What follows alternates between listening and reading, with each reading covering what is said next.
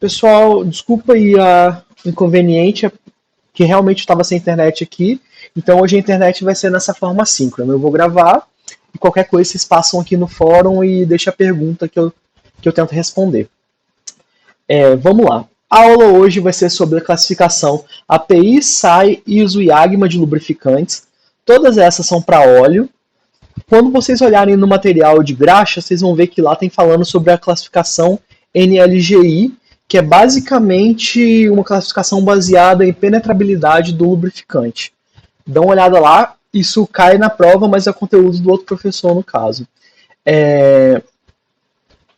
Vamos lá. A primeira classificação que a gente vai falar, aliás, antes de falar da primeira classificação, a gente tem que falar que a classificação dos óleos é feita por órgãos internacionais e eles vão depender bastante. Algumas vão ser baseadas na viscosidade e outras vão ser baseadas na aplicabilidade, ou seja, em como esse óleo vai funcionar e o tipo de aditivação e outras coisas que eles vão ter no meio. Mas sempre a gente vai ter essas duas bases, alguns na viscosidade e outro com a aplicabilidade. Existem também algumas classificações específicas que são mais restritas, tipo classificação para militares, classificação para usina siderúrgica, de fornos, assim, alguns tipos de lubrificante, onde a gente tem patente na produção ou tem indústrias que dominam, eles têm as classificações próprias e quando vocês precisarem fazer esse tipo de seleção, vocês vão estar provavelmente inseridos nesse contexto e vão receber o treinamento. Por exemplo, a classificação para militares. A primeira classificação que a gente vai falar é a classificação API, que ela é uma classificação que ela vai estar ligada diretamente com o funcionamento do motor. Então, o primeiro óleo assim, API que a gente tem, ele vai ser um óleo que é praticamente puro, um óleo mineral, e eles vão ser ele é indicado, por exemplo, para combustão interna, para motor de combustão interna. Então a gente tem uma gama de óleos API, quer ver? E esses óleos eles vão ser classificados basicamente por duas letras. A primeira letra vai estar ligada ao tipo de motor que a gente vai trabalhando. Quando a gente pegar um óleo da série S, a gente vai estar falando de motores a gasolina, ou álcool, ou a gás. E quando a gente estiver falando de motores de óleos para a série C, a gente vai estar falando de motores a diesel. O nome, popularmente, a gente acha, não é uma coisa tipo, muito que garantida, mas tudo indica que o S vem de spark, que é faísca, porque o motor de combustão interna, a gasolina e álcool, precisa da vela para fazer essa faísca, e o C vai ser de ignição por compressão, que é o que funcionaria no óleo diesel. Então tudo indica para isso. A gente não tem uma certeza de que venha para isso aí, mas popularmente a gente fala que é daí. E a segunda letra, como eu estava falando, ela vai dizer quão melhor é esse óleo, quão mais evoluído, sendo que o primeiro óleo seria o A, que vai ser o óleo mais puro, assim, o mais antigo que existia lá em 1930, e hoje a gente já está com SP, por exemplo, que já é um óleo para esses motores mais modernos, assim, mais atuais. Certo? E quanto mais para frente a gente tiver na classificação, melhor vai ser a classificação desse óleo. Como a gente faz para testar se vai ter uma letra nova ou não? No caso, a gente que eu falo, é a gente que trabalha lá na API, no caso, no Instituto Americano de Petróleo. Eles pegam o motor, tem até explicando aqui como é feito esse procedimento nesse slide aqui. Eles pegam esse motor, colocam o óleo novo lá, com aditivação nova, tudo funcionando, colocam esse motor para funcionar por um tempo, e depois abre o motor totalmente e vê se você teve mais desgaste ou menos desgaste, se você teve mais geração de borra, menos geração de borra, ou seja, vai vendo quantitativamente e qualitativamente se um óleo é melhor do que o outro. Se o óleo foi melhor do que o antecessor, ele vai ganhar uma nova letra e uma nova classificação de óleo. Aqui a gente tem uma linha do tempo dos óleos da classe S, onde mostrando que o primeiro modelo que a gente teve foi para trabalhar com esse tipo de carro aqui, que eu não lembro o nome dele, mas ele é um carro bem antigo, que tem o motor funciona de uma forma mais lenta e tem um trabalho menos pesado, tipo, tem menos cavalo, entre outras coisas. E o último óleo aqui, ele, no caso dessa linha do tempo, como eu falei, já tem um SP, né? Mas o último dessa linha do tempo vai ser para um carro que parece um Camaro, eu não tenho certeza se é um Camaro, mas é um carro que ele vai ter um motor mais potente, vai estar trabalhando a maiores velocidades, vai precisar de melhor aditivação, entre outras coisas. É importante dizer também que quando você lança um óleo desse novo, ele pode ou não vir a substituir o antigo. Então vocês vão ver, por exemplo, que até o SE aqui nessa tabela, eles falam que é um óleo obsoleto, que tipo assim, quase você não vai achar mais para comprar e ele não vai ser muito utilizado mais. E os mais novos, eles vão sendo utilizados, tipo, vai ser mais fácil de achar para venda, certo? Quando vocês olharem essa tabela aqui, vocês vão ver que é o seguinte, ó, quando eu tenho, por exemplo, o primeiro é totalmente puro, o segundo eu já vou ter alguma aditivação, o terceiro eu já vou ter outra aditivação e ele vai ser indicado para um tipo de motor específico. Mas vezes ou outra, eu vou ter falando assim, ó, por exemplo, aqui no SD, eu vou ter falando o óleo com aditivos e proporciona a mesma proteção que os óleos da classe SC. Ou seja, eu posso usar esse óleo aqui no lugar desse SC, certo? Então, para eu fazer essa substituição, eu preciso de ter a confirmação do meu fabricante. Eu não posso... Aliás, eu posso, se eu for o engenheiro responsável, for fazer os testes, todas as análises, mas geralmente a gente pega ou a indicação do fabricante do óleo ou a indicação do fabricante do motor para ver se a gente pode fazer essa substituição de forma natural. Aqui nessa tabela vocês vão ver o que melhora de um óleo para o outro, eu tenho uma tabela bem grande, e o ano que ela foi feita, tipo assim, por exemplo, o primeiro óleo para motor flex com gás natural, ele é do ano de 1993, por exemplo, é o SH. Aí, e depois o SJ também vai servir para esse tipo de motor, entre outras coisas assim. Então é uma tabela de evolução e do que mudou de um óleo para o outro. E isso aqui é uma tabela que só vai aumentando com o passar dos tempos. Como eu disse, atualmente a gente já está no SP já. Em inglês. Outro tipo que a gente tem também é o óleo API da classe C, que é indicado para motores a diesel. E o mesmo sentido que segue. Quanto mais avançado no alfabeto eu tiver a segunda letra, melhor vai ser o desempenho do lubrificante. Um aditivo que eu tenho que falar aqui, tem em português aqui, um dos aditivos que é importante eu falar para vocês é o seguinte. No caso dos óleos para diesel, eu vou ter uma classe especial que vai ter um númerozinho na frente, que vai ser um 2 ou um 4. Isso significa que esse óleo ele vai ser desenvolvido especialmente para trabalhar com motor 2 tempos ou com motor 4 tempos, certo? E aqui segue aquela mesma regra. O CF2 ele vai funcionar muito bem no lugar do CD2, que é indicado, por exemplo, por esses fabricantes aqui de óleo, dessa tabela. Beleza? Tem o CG4, CH4. Se forem ver o último, nessa tabela, o último que foi feito especialmente para motor 2 tempos foi o CF2. Mas motor 2 tempos também, cada dia mais está em desuso. Hoje em dia eu vejo motor 2 tempos só para motor de bicicleta. Assim. Tem muito tempo que eu não ouço falar em uma aplicação industrial, uma aplicação mais potente com motor 2 tempos. Eita, tô aqui no negócio errado. A gente também tem classificação EPI para transmissão. E segue a mesma ideia. Só que agora, em vez de ser letra, vai ser números. Então eu tenho o GL1, que vai ser um óleo mineral normal, e o GL2 já vai ser um pouco mais evoluído.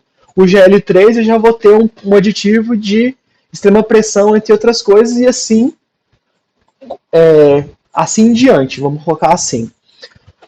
O GL6 aqui, ó, por exemplo, a gente tem que ele não é mais utilizado. Ele até tinha uma aditivação maior do que o GL5, só que ele ficou obsoleto e o GL5 não ficou. Então, é uma coisa que não é tão padronizado como é no caso dos óleos de carro, de motor de combustão interna, que você tem sempre uma evolução. A gente tem também aqui um caso especial que é para as transmissões de ônibus e caminhão, que em vez de receber o nome GL, vai receber a sigla MT. Outra classificação que também vai ser muito utilizada E é bom vocês lembrarem que todo óleo que tem classificação baseada em viscosidade, ele pode ser comparado com o óleo que tem classificação por aplicabilidade. Então o óleo SAI, por exemplo, ele vai ter uma indicação, no caso, uma equivalência ao óleo API, por exemplo. A classificação SAI ela vai ser baseada na viscosidade do óleo a 100 graus Celsius.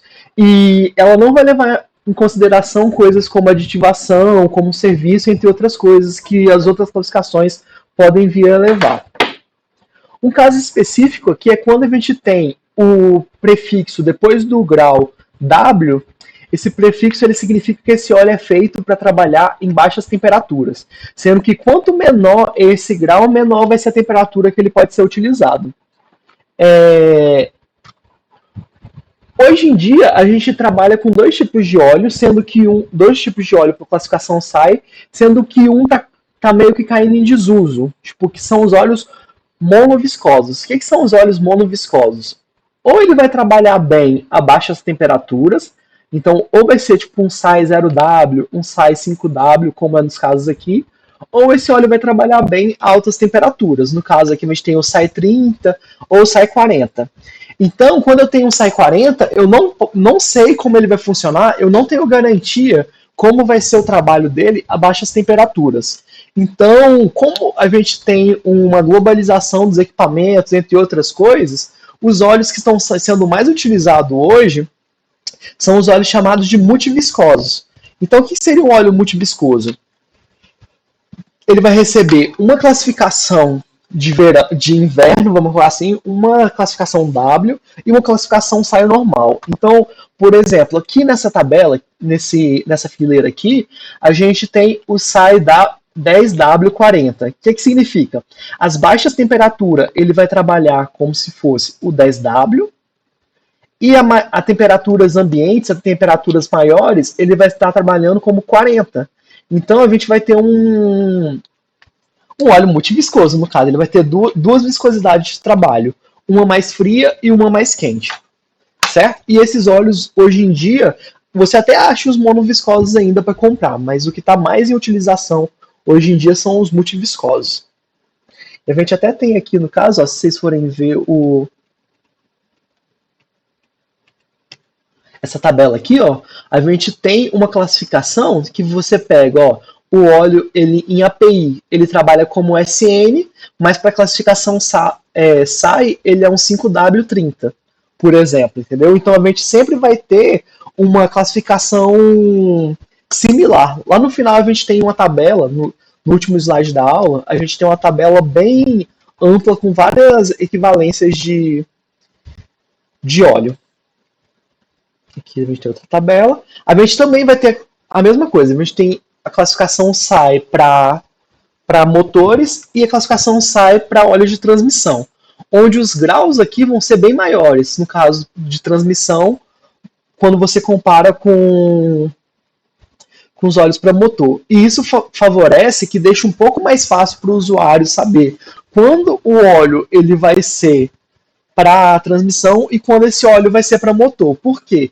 Um 85W você nunca vai ser sendo utilizado para um motor de combustão interna, mas vai ser utilizado, por exemplo, para o óleo de transmissão. O 250, você não vai ter esse óleo sendo utilizado para motor, mas vai ser utilizado para transmissão. Então, o grau SAI ser maior, o grau de viscosidade ser maior, significa que esse óleo vai ser mais para utilização em óleo de transmissão. Em transmissões, no caso, né? Outra classificação que a gente também vai utilizar muito é a classificação ISO. Mas, diferentemente da classificação SAI, a gente não vai pegar a viscosidade a 100 graus. A gente vai pegar a viscosidade cinemática do óleo a 40 graus Celsius. Também vai ser uma classificação que vai utilizar o grau de viscosidade como sendo um fator primário, e ela vai ser mais fácil de você identificar qual que é a viscosidade do óleo. Por quê? Porque ela vai pegar uma média entre os valores máximos e mínimos da viscosidade desse óleo para indicar como esse óleo vai funcionar. Qual que vai ser a viscosidade desse óleo. Então aqui a gente já tem até um exemplo. Ó. O ISO 100 ele vai ter a viscosidade cinemática dele compreendida entre 90 e 110 centistokes em 40 graus Celsius. Aqui a gente tem uma tabela que ela é muito interessante, que ela tem assim, tipo, claro que não existe só esses íons dos VG aqui, a gente tem outros, só que aqui ele mostra bem como que funciona isso. Por exemplo, um ISO 1000, por exemplo, ISO VG 1000, ele vai variar entre 900 e 110 centistokes quando você avalia a 40 graus Celsius. O 4,6 ele vai funcionar entre 4,14 e 5,06 de viscosidade cinemática.